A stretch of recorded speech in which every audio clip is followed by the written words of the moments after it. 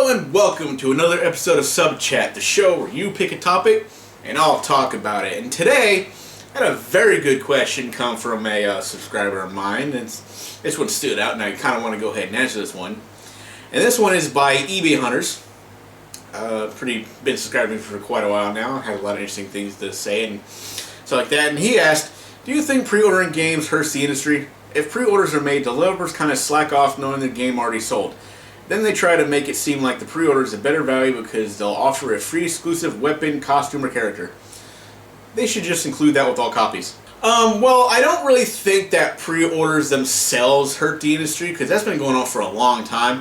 I think what's really hurting the industry is is what they're doing with it, and pretty much what you mentioned a little later in the comment is about, oh, get this and off gets this exclusive costume or character or weapon and stuff like that. Stuff that's already in the game, which you can get anyway, even if you don't pre-order. You just got to spend extra money for it.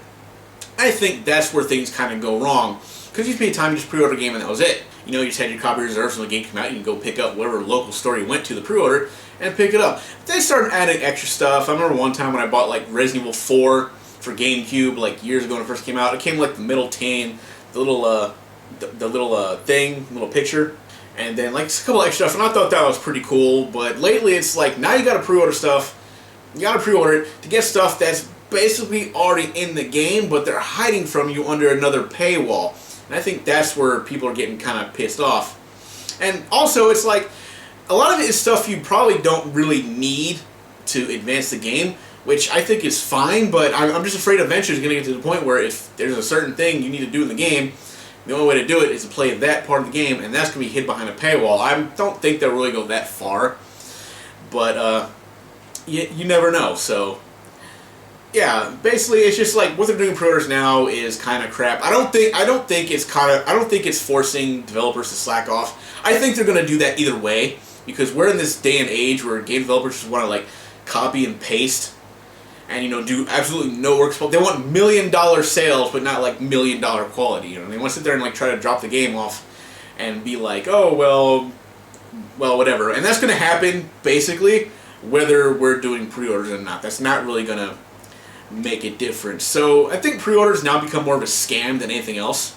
And it's just like if you want to get extra stuff later on, if you didn't pre-order it or didn't purchase the game the right way or from the right source, you're going to have to pay like a couple of extra bucks to get something that's already basically on the game to begin with and already locked. And they're doing that more and more, and it is getting ridiculous. And I think in that regard, that is what's hurting the industry right now, because a lot of people are just not, people are starting to wake up and they're not falling for it as much as they used to. I mean, as time goes on and more people are talking about this, you're not going to find this kind of thing on a regular media site or something like that. Like all these other game journalist sites, they're not going to tell you about this shit.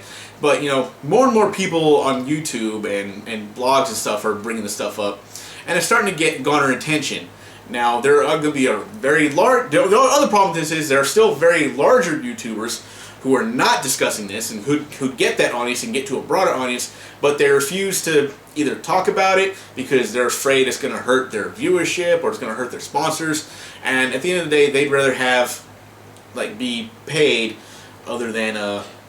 anything else. So that's what I think about that, but that's also a topic for another time. But that's pretty much what I think about it.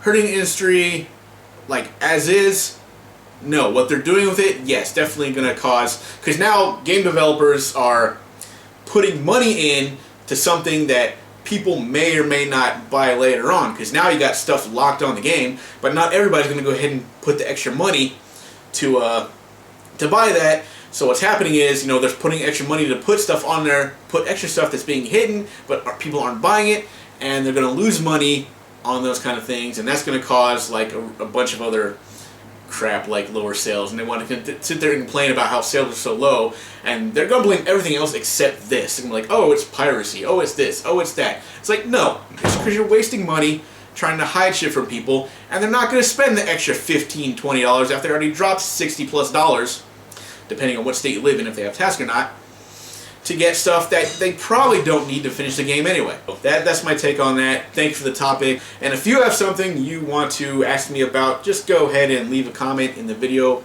in the comment section below, or follow the different links I put in there to add something. So I will see you guys next time.